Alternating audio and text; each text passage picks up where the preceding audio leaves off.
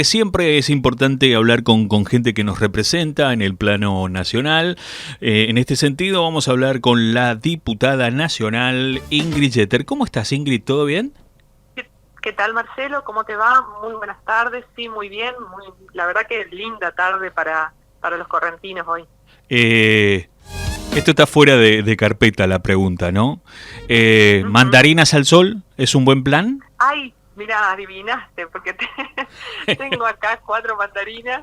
No me voy a comer 4, yo como una o 2 como máximo, pero están delante mío y están preparadas para comer al sol. Sí, sí, tal cual. Bu- Excelente día para eso. es el plan perfecto.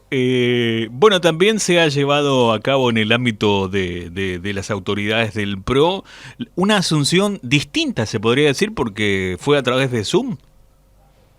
Así es, la verdad que ahora todo lo tenemos que hacer así, por prevención, para cuidarnos, y en cierta forma permite la participación de toda la gente del interior, que también es importante.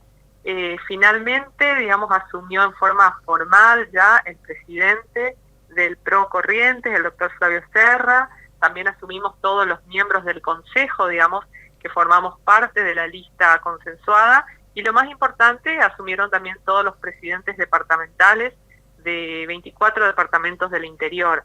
Así que en ese sentido muy contentos. Bueno, Flavio también designó al secretario general, la prosecretaria, el tesorero, protesorero.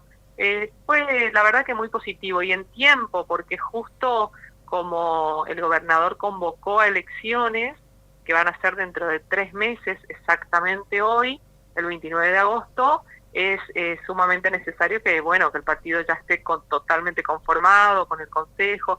Se convocó a asamblea para el próximo sábado.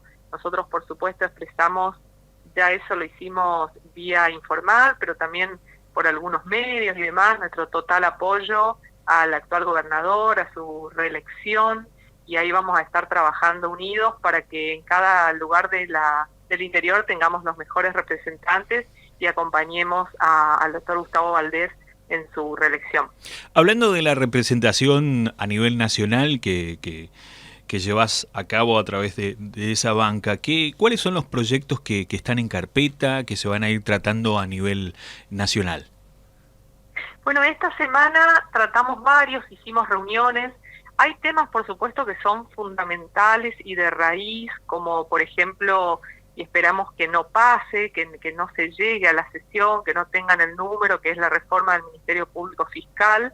Pero hay otros temas que no dejan de ser importantes, porque cuando uno escucha, por ejemplo, ayer tuvimos una reunión sobre alcohol cero al volante, donde un compañero diputado, digamos, un diputado del PRO de La Pampa, invitó a diferentes ONGs y asociaciones de víctimas y de familiares de víctimas que perdieron a su familiar por un accidente de tránsito, digamos, inducido. Ellos dicen no son accidentes de tránsito, son homicidios, porque el que conducía estaba ebrio, y ahí uno dice, tiene que, sí o sí, tenemos que darle una respuesta. Hay muchas provincias que ya tienen la ley del alcohol cero, pero tenemos que trabajarla a nivel nacional y que sea totalmente consensuada y que en ningún lugar más de la Argentina se permita manejar con ningún tipo de alcohol. Esto, te digo, Marcelo, en los países donde se ha implementado ha tenido un muy buen resultado, porque directamente la persona que va a conducir no toma. O sea, se Eh, hace incluso un sorteo a veces y no toma. Y si no, Ingrid, se quedan a dormir. Sí. Ingrid, te meto una coma ahí. ¿Cuál es el Sí. argumento de las personas que defienden algún tipo de permiso con respecto al alcohol? ¿No? Y la ¿Viste? verdad que en estas reuniones no hemos tenido ese argumento, pero estamos avanzando. Claro, Estuvo presente porque hasta ahora estamos escuchando a todas las víctimas y por supuesto están todas a claro, favor de alcohol cero. por Pero supuesto. sí vamos a tener reuniones porque estuvo también participando José Cano, que es el vicepresidente de la Comisión de Transporte, comisión en la que yo estoy. Por supuesto, vamos a invitar a las personas que defienden, digamos, una mínima graduación.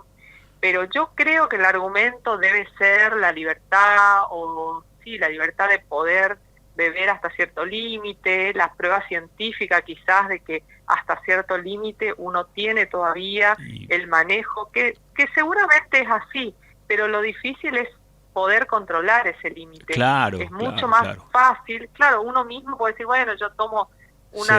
un vaso, el otro puede decir, yo tomo 3 vasos y no me hace nada, el otro, digamos, todo el mundo evalúa un poco, pero finalmente, llegado el momento, está probado que muchos accidentes y muchas muertes son causadas porque el conductor tenía alcohol. Lo que pasa es que entonces, la sí, fatalidad, digamos, no discrimina, ¿no? Si la calidad del conductor en estado de alcoholemia, digamos, ¿no? O sea, la fatalidad golpea cualquier puerta. exactamente. Sí, sí, ¿no? Exactamente, por eso es mucho más fácil, digamos, el control si directamente ponemos alcohol cero, y Sí. para la persona misma también, ¿no? Para la que va a manejar sabe que no puede tomar y bueno, ahí ya no tiene que estar midiendo, digamos, hasta dónde todavía tiene control sobre sí mismo, puede ser que lo tenga en un determinado tiempo y después no, o sea, directamente con alcohol cero esos problemas se solucionan. En eso estamos trabajando esta semana y algunas otras cosas también.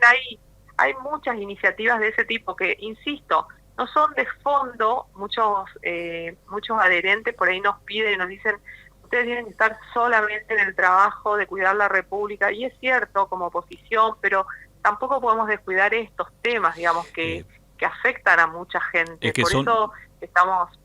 son básicos, Sí. son básicos. Son básicos y hay mucha gente dolida.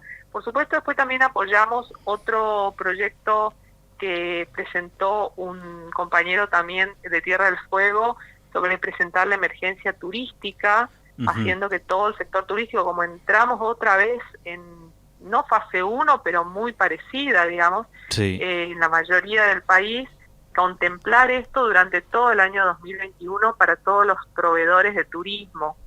Y nosotros presentamos un proyecto muy particular, bastante difícil de explicar, Marcelo, pero voy a hacer lo posible, Ajá. porque es bastante técnico, pero yo creo que va a tener apoyo porque es una cuestión, a ver, que yo siempre decía, los legisladores tienen que estar permanentemente actualizando, lamentablemente, y por una cuestión de inflación, actualizando mucha legislación que queda perimida en el tiempo en algunas cifras.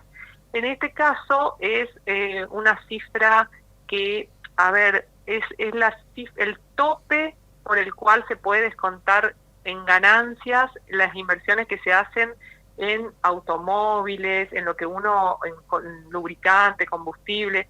Creo que es, si no me equivoco, de 20.000 pesos. Bueno, por supuesto nosotros la actualizamos a una cifra razonable y también ponemos en el mismo proyecto que no solo quede reducido a que puedan descontarlo de ganancia las personas que tienen el automóvil como primera actividad, como por ejemplo los viajantes, sino otros también, porque hoy por la pandemia mucha gente dejó de usar transporte público para usar su propio vehículo, porque eso es lo indicado, digamos, ¿no? Por la pandemia y para cuidarse y por protocolo. Entonces, por ejemplo, un veterinario, un médico, todos usan su propio auto para bueno, porque, por ejemplo, en la zona de Buenos Aires no está permitido en muchos casos usar el transporte público si no son esenciales, entonces que puedan también ellos descontar de ganancia los gastos que tienen en automóviles. Eso es básicamente ese proyectito, lo presentamos y creemos que va a estar acompañado porque es, insisto, una actualización más que una reforma. Otra de las preguntas que entrevista tras entrevista y oportunidad tras oportunidad que tenemos de charlar con vos, te la hacemos. ¿Se sabe el costo de una vacuna? Sí, el costo de la Pfizer, por ejemplo, quedó claro. Pfizer informó que ellos tuvieron en el mundo 3 precios. Ellos tasaron directamente la vacuna a $20 para los países ricos, que desarrollados, le hace Estados Unidos, Alemania, Inglaterra, Israel inclusive, $10 para los países medios y el costo que sería aproximadamente $8, si no me equivoco, para los países pobres, entre los cuales estamos nosotros. O sea que a nosotros la Pfizer nos hubiera costado $8. La Sputnik aparentemente nos costó $10 cada una, Sí. cada dosis.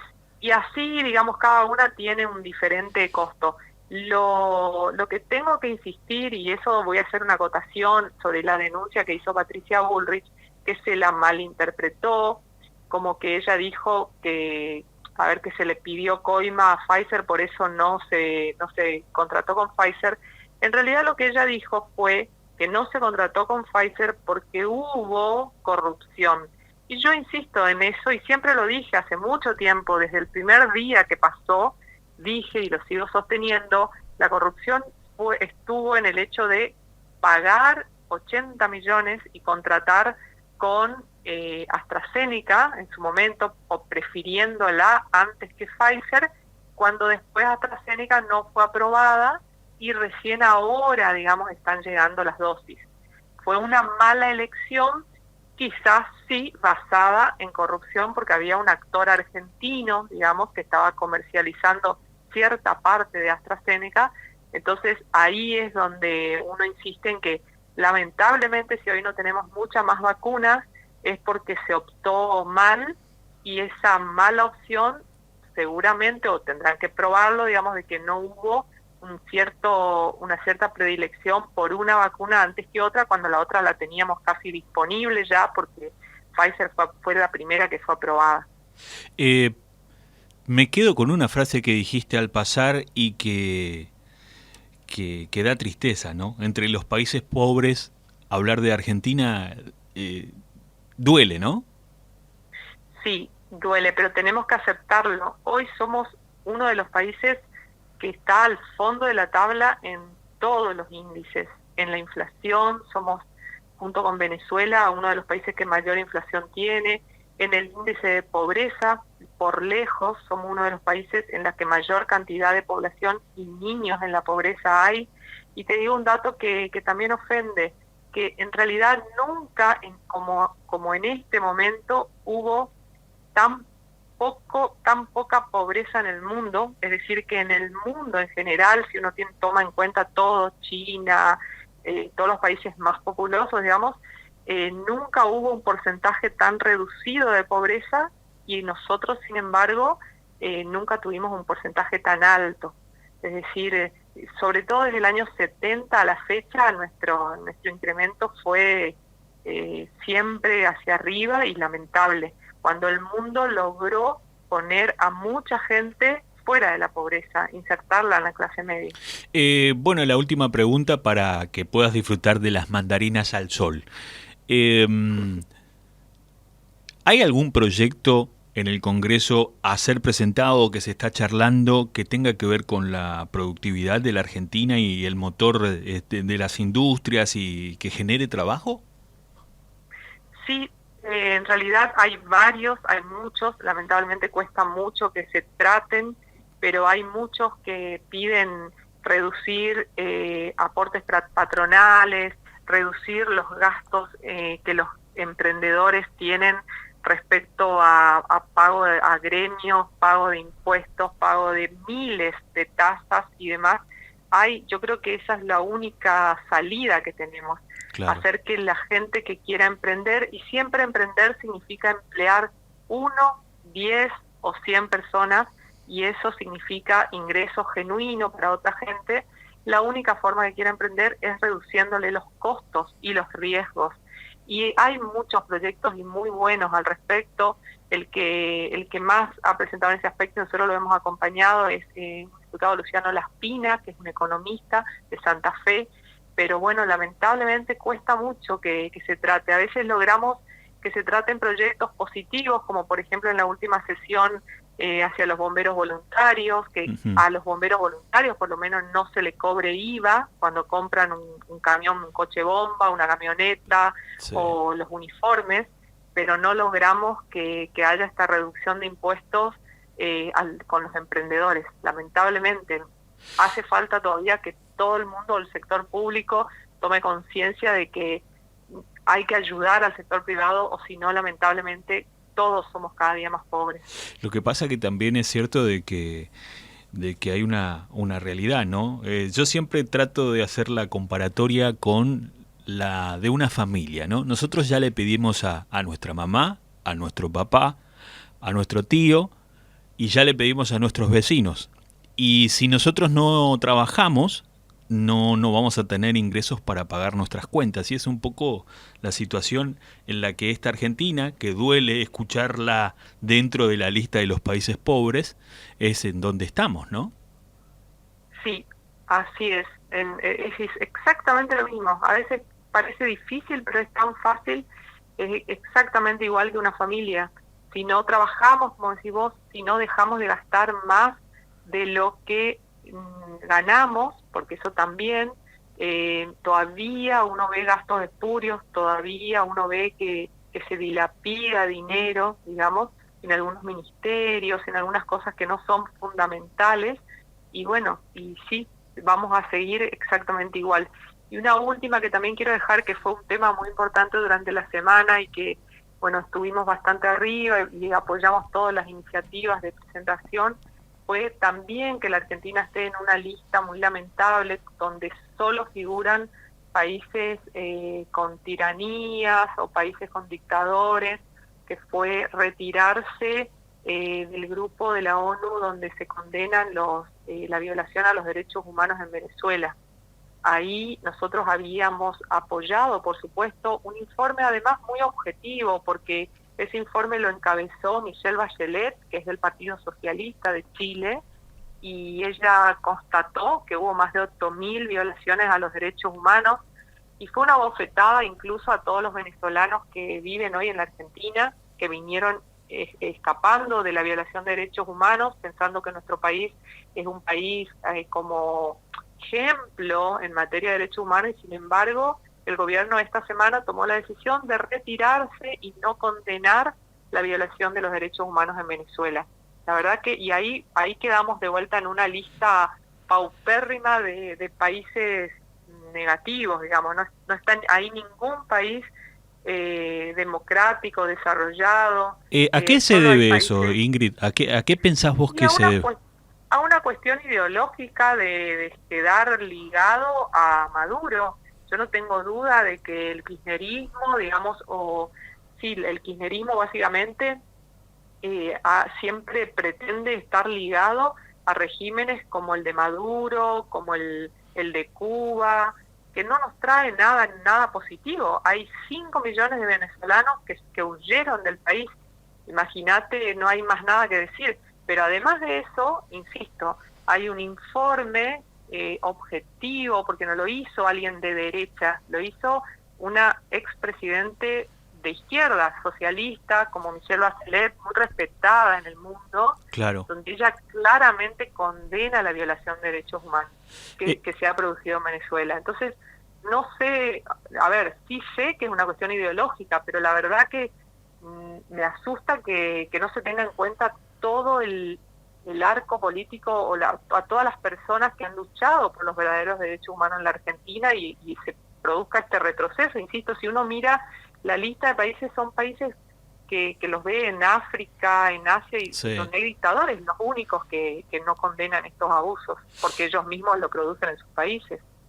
Ingrid Jeter, diputada nacional, que ahora, en la comodidad de su casa, va a proceder a disfrutar de unas mandarinas al sol. Te agradecemos este tiempo, Ingrid. Sí, tengo mi compañera para hacer eso.